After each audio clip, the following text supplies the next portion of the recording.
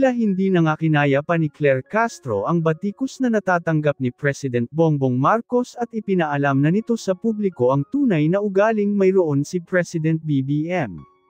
Ayon kay Castro, mabuti ang hangarin ni Bongbong para sa bayan at hindi daw talaga mahirap mahalin ang presidente dahil sa buti ng puso nito. Narito panoorin ang video kung paano pinagtanggol ni Claire Castro si Bongbong Marcos. It's time to realign government with the people's expectations. President Ferdinand R. Marcos Jr. has called for the courtesy resignation of all cabinet secretaries in a decisive move to recalibrate his administration following the results of the recent elections. This is not business as usual, the President said. The people have spoken and they have expect results, not politics, not excuses. We hear them and we will act. The request for courtesy resignations is aimed at giving the President the elbow room to evaluate the performance of each department and determine who will continue to serve in line with his administration's recalibrated priorities. This is not about personalities, it's about performance, alignment, and urgency. Those who have delivered and continue to deliver will be recognized, but we cannot afford to be complacent. The time for comfort zones is over. This step marks a clear transition from the early phase of governance to a more focused and performance-driven approach. The President emphasized that while many have served with dedication and professionalism, the evolving needs of the country require a renewed alignment, faster execution, and a results-first mindset. Government services will remain uninterrupted during this transition, and the President reiterated that stability, continuity, and meritocracy will guide the formation of his leadership team moving forward. With this bold reset, the Marcos administration signals a new phase, sharper, faster, and fully focused on the people's most pressing needs. So, hindi na po siguro natin ikakagulat ang pagtawag po ng courtesy resignation ng Pangulo sa kanyang mga cabinet secretaries, heads of agencies with cabinet rank, other heads of agencies, and presidential advisors and assistants. Handa na po tayong tumugon sa inyong mga katanungan. First question, Crisel Insigne, IBC 13. Hello po, Yusek. How this courtesy call will affect the ongoing projects and programs of the administration po? Maliwanag din po ang sinabi ng Pangulo, hindi po maaapektuhan kung ano po ang pending at existing projects habang ito ay may transition. At tuloy-tuloy lamang po ang pagtatrabaho ng mga cabinet secretaries at ng mga tao sa gobyerno. At mas maganda po itong mapakita rin ng ating mga heads of agencies, cabinet secretaries, na sila ay naaayon sa goal ng Pangulo. Ipakita nila na sila ay dapat na matantili bilang parte ng administrasyon ng ating Pangulo. Sabi nga natin, walang puwang ang tamad at korap sa administrasyon ni Pangulong Marcos Jr. Ace Romero, Philippine Star. Yusek, nabanggit sa statement na it's something that has got to do with the election results. Ano po ba yung resulta ng election na mukhang hindi yata natuwa ang Pangulo at nag-trigger ng ganitong call for resignation? Aminado ang Pangulo na kulang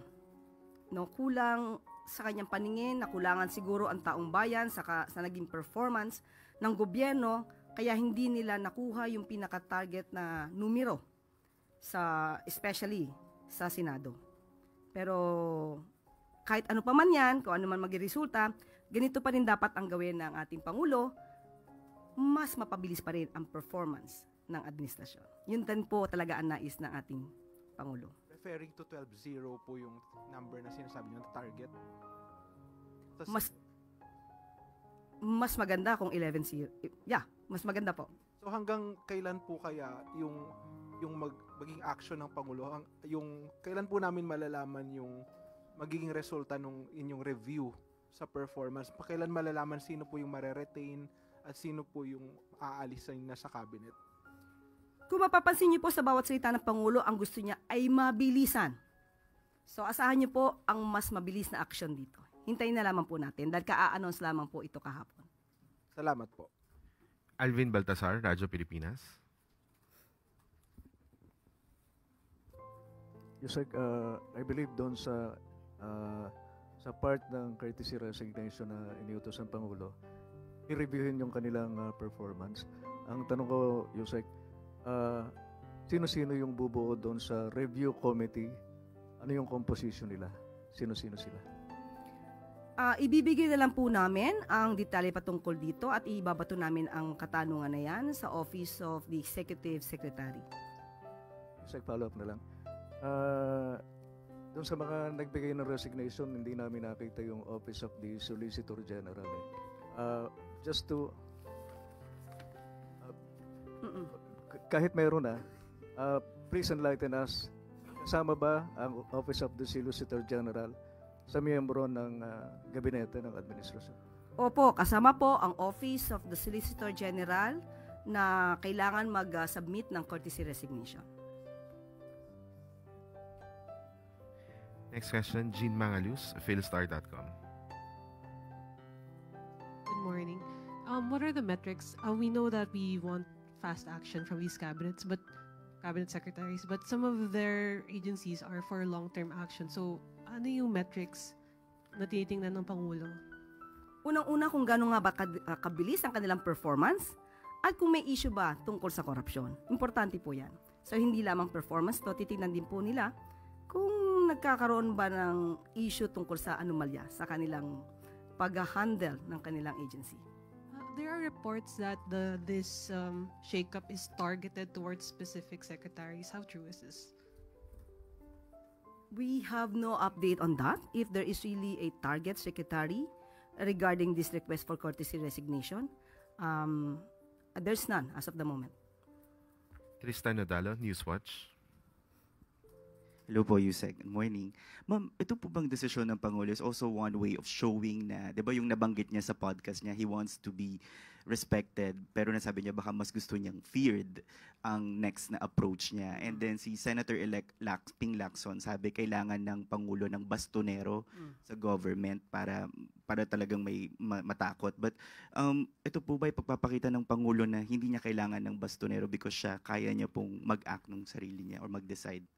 Bilang presidente, hindi po talaga dapat sinasabi na kailangan ng bastonero. Mismong presidente mismo ang bastonero. At yan po ay aasahan natin. Ngayon po na nagsalita ang Pangulo na kinakailangan po ng mas mabilis at malinis na administrasyon, mapapakita po yan ng Pangulo. Di po niya kailangan bastonero. Siya na mismo po ang bastonero. Siguro na lang po baka sa ibang kritiko ng Pangulo gamitin tong mass resignation or courtesy resignation ng cabinet secretaries. Yung timing po nung decision na to, why is it, ito yung nakita ng Pangulo na best timing to do a revamp of his cabinet secretaries? Tandaan po natin, nung una pa lamang po ako na-appoint as a press officer, nabanggit na po natin yan kung may kinakailangang mga revamp. Sabi ko wala pa pong update pero talagang yan po ang ginagawa ng Pangulo, makita at ma-monitor ang trabaho ng kanyang mga heads of agencies at mga departments. So hindi lamang po ito ngayon.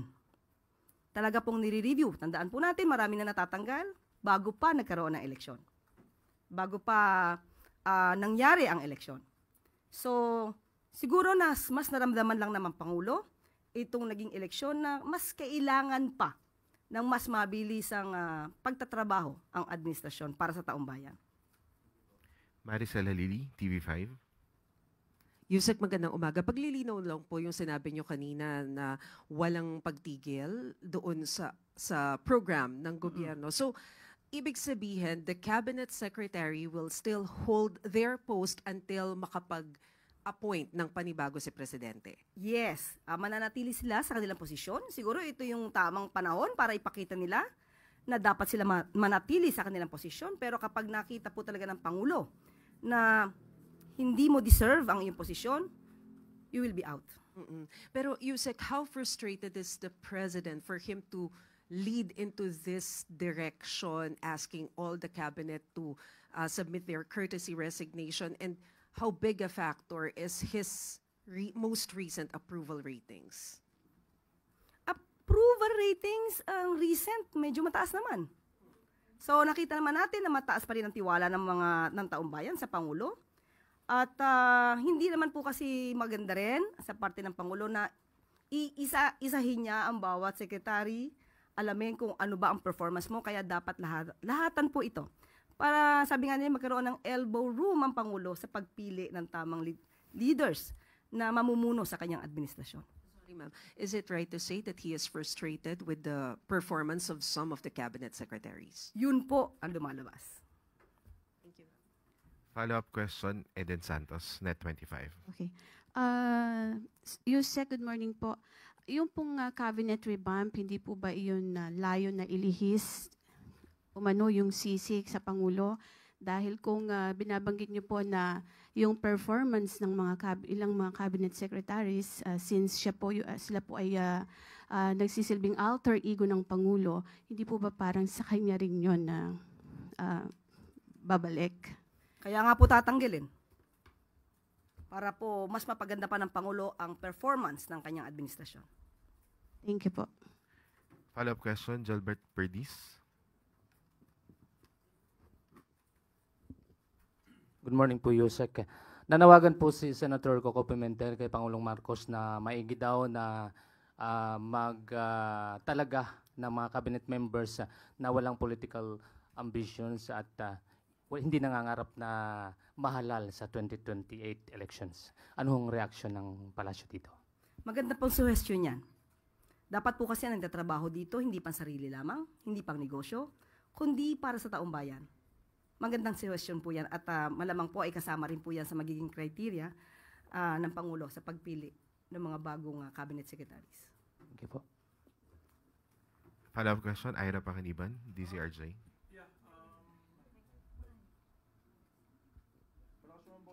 Oo nga.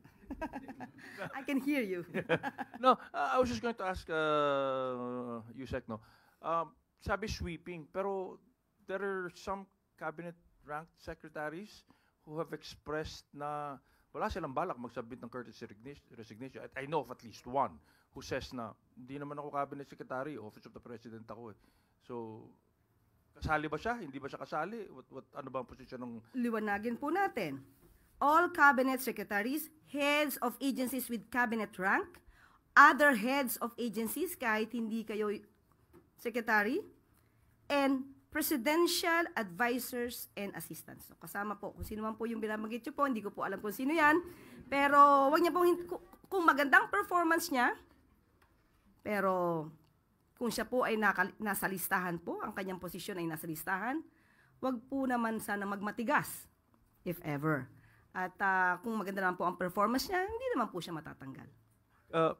Kung hindi siya magbigay ng courtesy resignation, will it be deemed na courtesy resigned na siya anyway? Tingnan po natin. Hindi ko po alam kung ano po yung pinanggagalingan ng istorya ninyo. Sabihin ko na si Secretary Gadon, dun sa chat group, sinabi niya hindi siya kasali. Sa aking pagkakaalam, presidential advisor siya. At ang tawag sa kanya secretary. At sa aking pagkakaalam, personally po, ay kasama po. Sa akin lamang po yan. Thank you, ma'am. Follow-up question, Heidi Sampang, FEBC. Good afternoon, Yusek. Paano po natin parang sa mga taong bayan po, sa mga karaniwang mamamayan, paano po ito dapat na tanggapin or intindihin po nila yung pag-submit nga po ng courtesy resignation ng lahat ng mga cabinet? Baka lang po kasi may impression na unstable tayo, unstable po ang government po natin. Dapat mas matuwa po ang taong bayan dahil pinapakita po ng Pangulo na sabi nga natin, walang puwang sa gobyerno, sa administrasyon, ang tamad at ang korap. Mas maganda po at dapat tanggapin ng taong bayan na mapalitan ang mga ito ng karapat-dapat sa posisyon. At yun naman po ang kagustuhan ng Pangulo. Ito lahat ay para sa bansa at sa taong bayan. Follow-up question, Ivan Mayrina, GMA7. Yusek, ito pong recalibration ng prioridad. Can you tell us, ano ho kaya maaasahan ng mga tao that will come out of this call for a cabinet revamp? Anong mga prioridad po itutuon ng gobyerno ang kanilang trabaho from here on? Unang-una po, sa infrastructure, dapat po talaga matugunan, mas mabilis po dyan. Kung ano po mga serbisyo sa publiko, uunahin yan. Marami pong pwede sa edukasyon, infrastructure. So, hindi ko po maiisa-isa yan. Kung pwede pong gawin at gampanan ng Pangulo na masaayos ang lahat sa tamang oras at bago siya matapos ang termino, gagawin po ng Pangulo yan. At ito ho ba ang panahon na makikita natin from here on again, yung sinasabi ng Pangulo na marahil kailangan ng mas mabagsik pamumuno? Opo. Umpisa lamang to. Follow-up question, Sam Medinilla, Business Mirror. Good morning, ma'am. Na-mention po nila earlier na medyo may mga hindi aspect ng past 3 years na performance yung administration na hindi satisfied si Pangulo. Ano po kayang aspect nun na yung hindi satisfied si President? Is it security, economy, social welfare? Okay, sa ngayon po at wala po tayong pinakadetalye patungkol dyan at magkakaroon pa lamang po niya ng pag-i-evaluate. Kapag ka po nagkaroon na po ako ng anumang detalye patungkol po dyan, ibibigay ko po sa inyo kaagad. Tapos ma'am, dati nung nag-start pa po yung administration, naging concurrent po si Pangulo ng Department of Agriculture. May plans po ba siya na mag-take over sa some cabinet position? Ngayon po, wala po. Dahil ang sabi naman po ng ating Pangulo, tuloy-tuloy lamang po ang trabaho during this transition at hintayin na lamang po nila kung sila po ay matatanggal o hindi. Last na lang for my part, ma'am. Na-mention po nila na lahat ng cabinet secretaries na nag-submit ng courtesy resignation magko-continue pa rin sa performance ng trabaho nila. Pero di ba, regardless kung mag-submit sila ng courtesy resignation o hindi, dati pa naman may power ang Pangulo na kung gusto niyang tanggalin yung cabinet secretary niya, pwede naman niya gawin yun, regardless kung may sinabit na resignation letter o wala. Bakit kailangan pong magkaroon ng courtesy resignation? Para po lahat. Lahat. Ma-realize ng lahat kung sila ba'y nagkulang o hindi. Thank you, ma'am.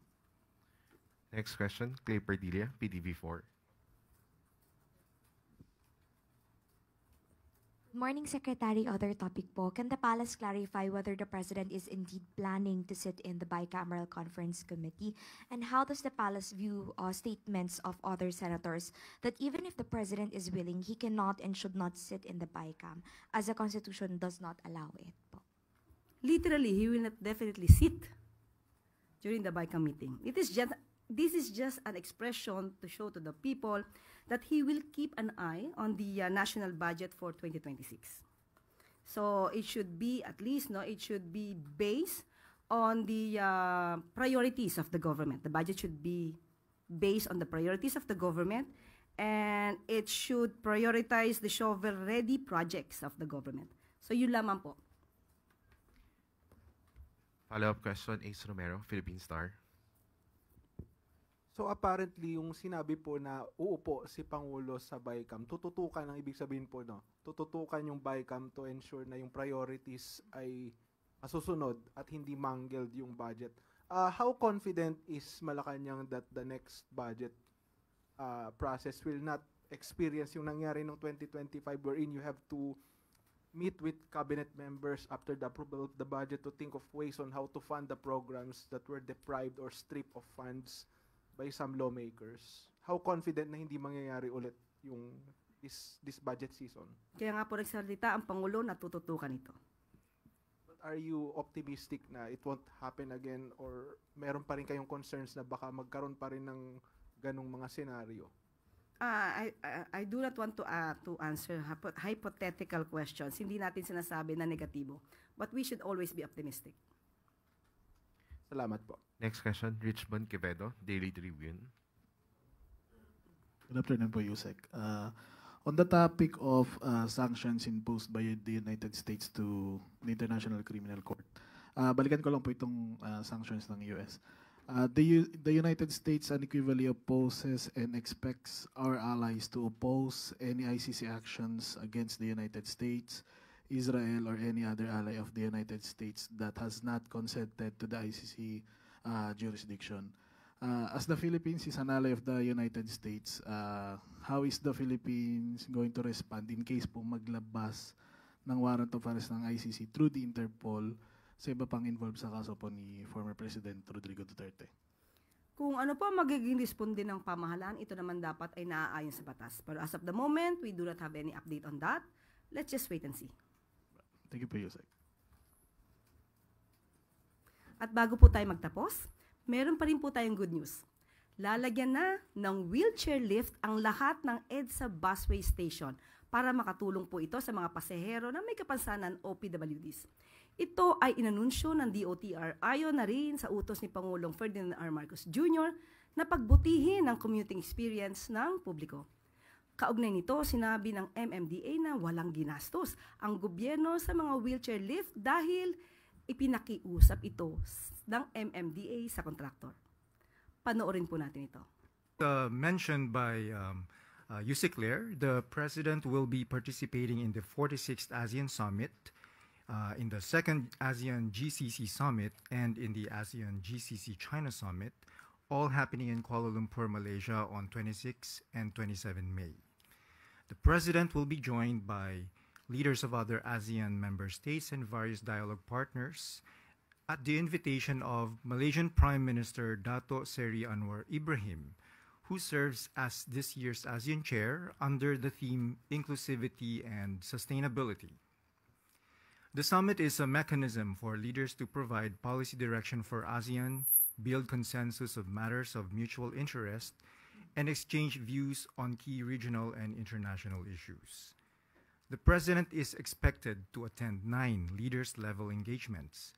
6 of these will be held on May 26th, and these are some of the meetings that will be attended by the President.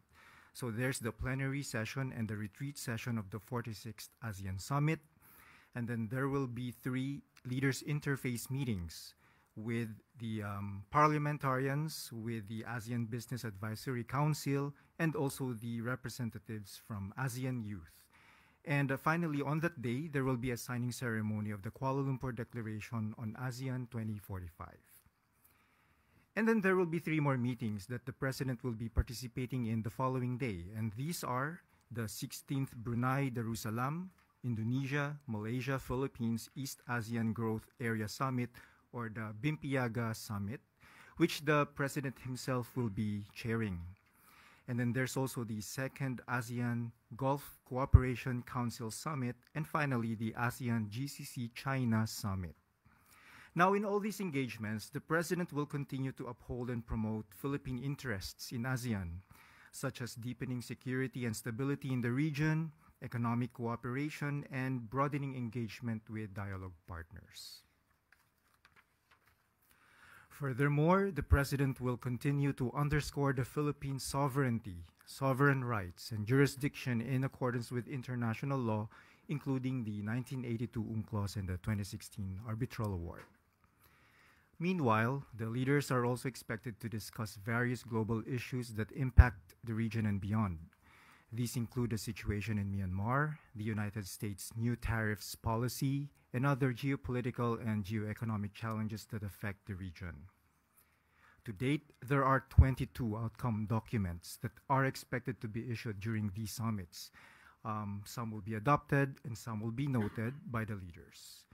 And just a few of these outcome documents include the Kuala Lumpur Declaration on the ASEAN Vision 2045, the joint statement of the 2nd ASEAN Gulf Cooperation Council Summit, and the joint statement of the ASEAN GCC China Summit. finally, the President will possibly have a number of bilateral meetings with his counterparts at the silence of the summits. I'll stop there and happy to answer po yung mga katanungan ninyo. First question, Maricel Halili, TV5. Good morning, sir. Sir, yung bilateral meetings of the President, kaninong mga heads of state ito? We are still in the process of confirming, but we are hearing of possible bilateral engagements with Laos, with Kuwait, and also with Vietnam. So tatlo so far? So far. Okay. And who among the cabinet officials will join the President in his trip to ASEAN? Well, as of today, what we have in the delegation, of course, he will be joined by the Secretary of Foreign Affairs. And I understand since there will be a focus on the economic as well, so the Secretary of Department of Trade and Industry is also joining. Thank you, sir. Tristan Nadalo, Newswatch. Hi, sir. Good morning. Sir, you've mentioned that the President is expected to raise the issues of Philippine sovereignty, sovereign rights, and jurisdiction. Last ASEAN-China meeting, na-bring up din po yung para mapabilis yung Code of Conduct. So, ano pong iba or at least ipupush pa ng President when it comes to ma-finalize yung Code of Conduct ng madalian? Yes. So, just to refresh everyone, back in 2023, the foreign ministers of ASEAN, they agreed to fast-track the discussions on the COC. And this is what we are banking on during the summits. The President certainly will push for it. He will raise this with the leaders of the ASEAN. And going back to that statement, it's a reaffirmation of concluding it, hopefully, among ASEAN and China in 3 years since 2023. So we're looking at 2026 next year. Ivan Maydina, GMA7.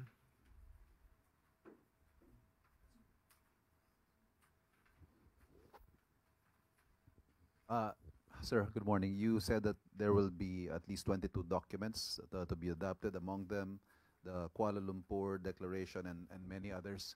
What specific documents are of specific importance to the Philippines? One of them, of course, would be the joint statement because this will be agreed upon by the leaders. So we're looking at the joint statement of the ASEAN leaders, joint statement also with GCC and with GCC and China leaders. I cannot give you the details because these are still being negotiated, but certainly it will cover the 3 pillars in ASEAN. So we're looking at peace and security, perhaps on maritime cooperation, and then there's also the economic cooperation. We're all familiar with the usual discussions on, for example, digital transformation within ASEAN. So those things will be covered. I understand there will be something about artificial intelligence. And on the sociocultural, the people-to-people ties. And of course, looking at climate change, that will be part of the discussions. So those are the broad topics that I can share as of the moment. Any trade agreements that are expected to be finalized, especially in the context of the U.S. tariffs? No trade agreements will be finalized, but certainly this will be a topic during the summit. Thank you. Ace Romero, Philippine Star. Good morning po. You mentioned that one of the topics to be discussed is yung US tariffs. Ano po particular yung mga lines o kaya yung mga ipupush ng ating Pangulo with regard to this, given na malaki yung nakikitang impact nito sa global economy? So regarding the U.S. unilateral tariffs, I'd like to go back to what the economic ministers did a few weeks back, which they issued a joint statement among ASEAN regarding the unilateral tariffs. And gusto ko na po i-stress doon yung magiging action ng ASEAN member states, which is, of course, they are concerned, but at the same time, we will not, the region will not do a retaliatory measure. Instead, palalaganapin po natin yung maigting na more on bilateral and also multilateral engagement with the US para po maging maganda yung kalabasan ng discussions na yon. As you may recall, we have a team that went to Washington, D.C. earlier. I understand it was led by Secretary Go and also by DTI Secretary Roque. So they were there to discuss this bilaterally with the United States. But under the ASEAN framework, meron din po tayong discussions on that. The details of which, though, is still being discussed and negotiated, and hopefully we'll be able to come up with something in more detail after the summit. But definitely, nasa ano po yan, nasa agenda ng ASEAN, and the President is also looking very much into it. So yung mga nabanggit po nyo, yung additional engagements, yung no retaliation, more dialogue with the US, ito po ay inaasahan nating susuportahan ng Pangulo sa kanyang engagement sa ASEAN. Yes, so meron tayong the way to see it is meron tayong ginagawang bilateral discussion with the United States, and under the ASEAN framework naman, the President is very supportive of those non-retaliatory measures. Instead, we're going to do something na it will be beneficial to all the ASEAN member states as a whole. Salamat po. Alvin Baltazar, Radyo Pilipinas. Sir, good morning. Is there a chance for the President to meet with the Filipino community? I have no information about the meeting on the Filipino community in Malaysia, but happy to share that information in case we have confirmation. Just to give us an idea, sir, ano ba ang profile ng ating mga Filipino sa Malaysia? So we have around 200,000 Filipino nationals in Malaysia. And varied po yung kanilang profile. So we have professionals. We also have non-professionals in the field of services, for example. And many of them also are spread out in Malaysia. So yeah, that's the what we have for the Malaysia in our Filipinos in Malaysia. Tristan Nadalo, Newswatch. Hi sir, ako po ulit. Sir, may reports din na lumalabas na it's expected din na mag-vote ang ASEAN for Timor-Leste's membership. May ganun po ba sir na part ng ASEAN Summit? And if yes, ano pong magiging posisyon ng Philippine government? Because last time may issue with Arnie Teves and Timor-Leste and ASEAN. The agenda, the Timor-Leste accession to the ASEAN is certainly in the agenda.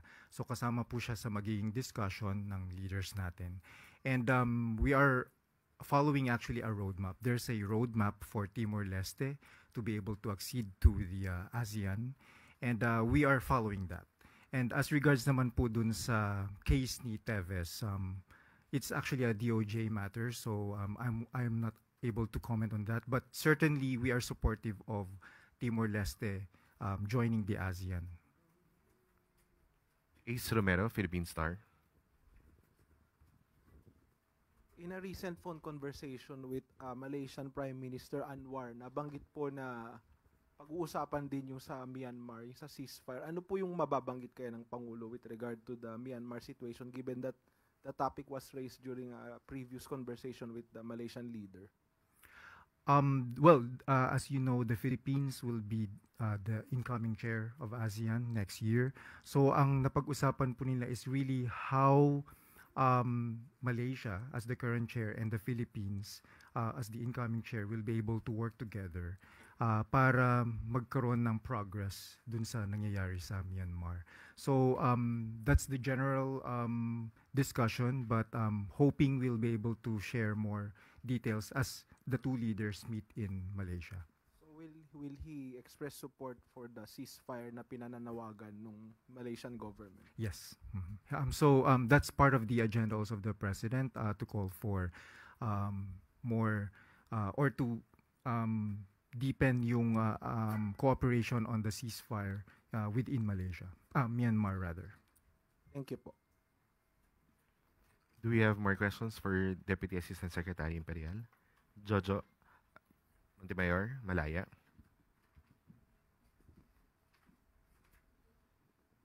Sir, regarding lang po sa Myanmar, sir, ano po yung magiging posisyon ng Philippines dun sa pagtanggap ng yung junta leader ng Myanmar sa ASEAN?